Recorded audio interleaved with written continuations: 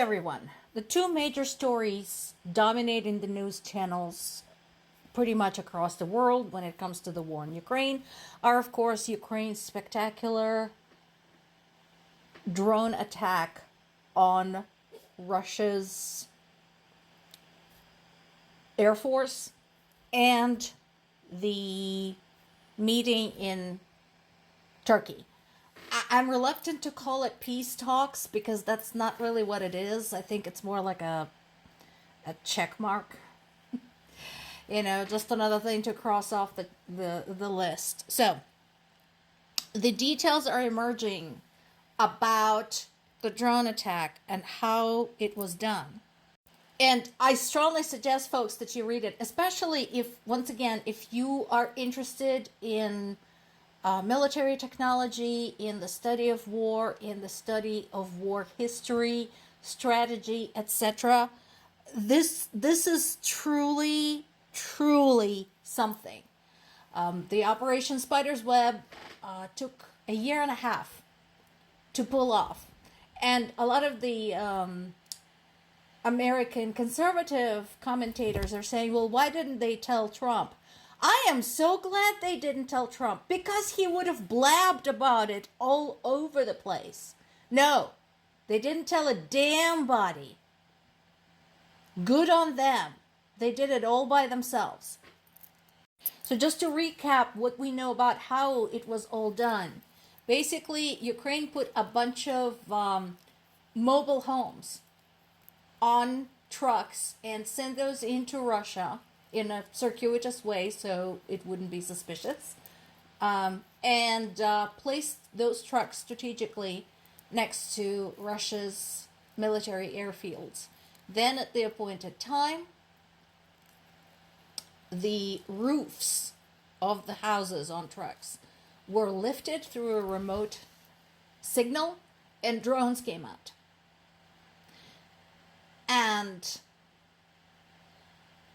that took out 40 Russian aircraft, 34% of Russia's strategic cruise missile carriers. So these are heavy bombers with nuclear capability. And right now, the total cost is estimated at $7 billion.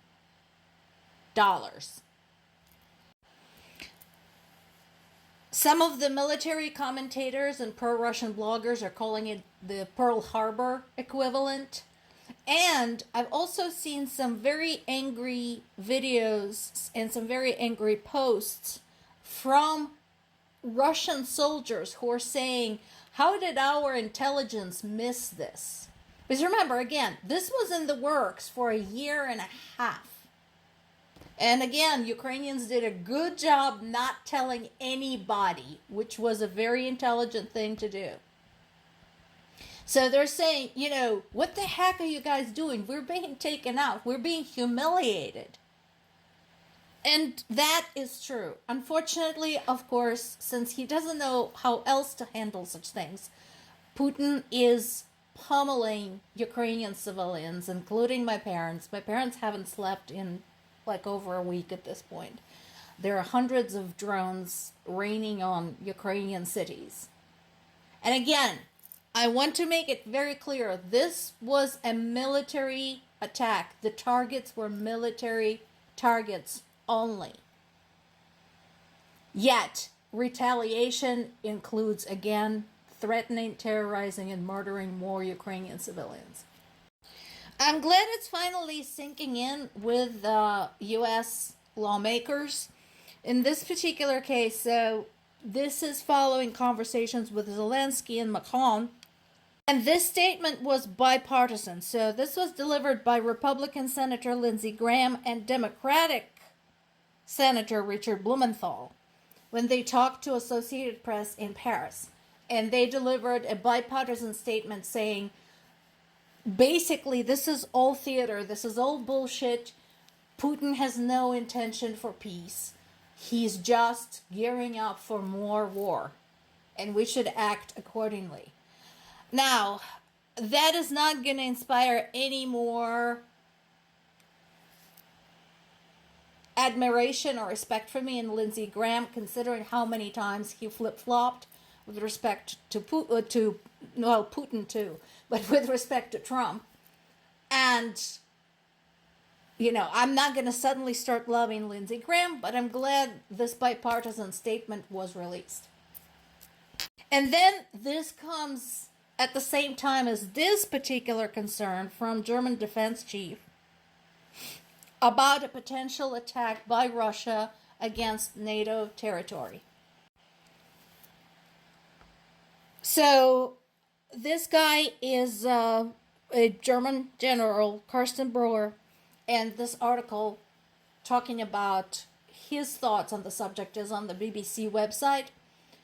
So pop over and read it. And again, those of us who have been following the events in Ukraine since the annexation of Crimea, actually since before that, since the Maidan, we've been saying this forever. Ukraine has been basically volunteering as a buffer between EU, between NATO and Russia, and has been begging to join them to be able to face this threat with some backing. And this guy is talking not just about what's going on right now, but about the significant ramp up in Russia's military-industrial complex. Talking about the massive expansion in, for example, battle tank manufacturing. Massive expansion in artillery munitions manufacturing. So these are all signs.